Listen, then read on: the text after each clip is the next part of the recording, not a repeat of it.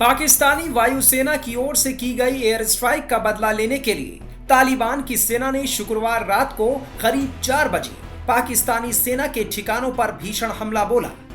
तोपों और भारी मशीन गन से किए गए हमले में पाकिस्तानी सेना को भारी नुकसान पहुंचा है। बताया जा रहा है कि इस हमले में कम से कम 19 पाकिस्तानी सैनिक मारे गए हैं और कई घायल हैं। दोनों ओर से अब भी रुक रुक कर हमले जारी हैं।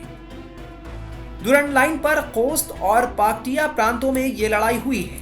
तालिबान ने दावा किया कि इस हमले के बाद उन्होंने पाकिस्तानी सेना की 2 चौकियों पर कब्जा कर लिया। तालिबानी सैनिकों ने भारी हथियारों का इस्तेमाल करके दुरंड लाइन पर मौजूद पाकिस्तानी सेना की कई चौकियों को जला डाला। यही नहीं, पाक्टिया जिले के डांड ए पाटन जिले में पाकिस्तानी सेना की 2 चौकियों पर कब्जा कर लिया गया। तालिबानी रक्षा मंत्रालय ने कहा कि कम से कम 19 पाकिस्तानी सैनिक मारे गए हैं और कई घायल हैं। वहीं पाकिस्तानी सेना ने कायरता दिखाते हुए नागरिक इलाकों पर मोर्टार हमला बोला, जिसमें 3 आम नागरिक मारे गए हैं। बताया जा रहा है कि तालिबानी सेना ने रात को सटीक तरीके से पाकिस्तानी सेना की चौकियों पर हमला बोला। ये हमले डांड पाटन जिले की ओर से दुरंड लाइन पर दाबगई इलाके में किए गए। इसके अलावा खोस प्रांत से भी तालिबानी सेना ने पाकिस्तानी सेना के ठिकानों पर हमला बोला। इन हमलों से कई इलाकों में पाकिस्तानी सेना की कई चौकियों को भारी नुकसान पहुंचा है।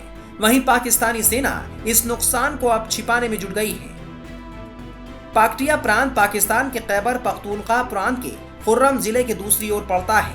यहाँ पर सीमा को शिया और सुन्नी विवाद के बाद पिछले 80 दिनों से बंद रखा गया है। अफगानिस्तान में साल 2021 में तालिबान राज आने पर खुश होने वाला पाकिस्तान अब खून के आंसू रो रहा है और लगातार उसके सैनिक मारे जा रहे हैं। यही नहीं, तालिबान ने भी ऐलान कर दिया है कि वो सीमा रेखा दुरंड लाइन को नहीं मानता है। तालिबानी पाकिस्तान के पेशावर प्रांत पर अपना दावा ठोक रहे हैं। पाकिस्तान और तालिबान के बीच टीटीपी आतंकियों को लेकर युद्ध जैसे हालात हैं। इन आतंकियों ने पिछले 1 साल में ही करीब 400 पाकिस्तानी सैनिकों को मार डाला है। अब देखना होगा कि 19 सैनिकों को गंवाने के बाद पाकिस्तान किस तरह तालिबान से बदला लेता है और पाकिस्तान और तालिबान के बीच ये जंग क्या रूप लेती है।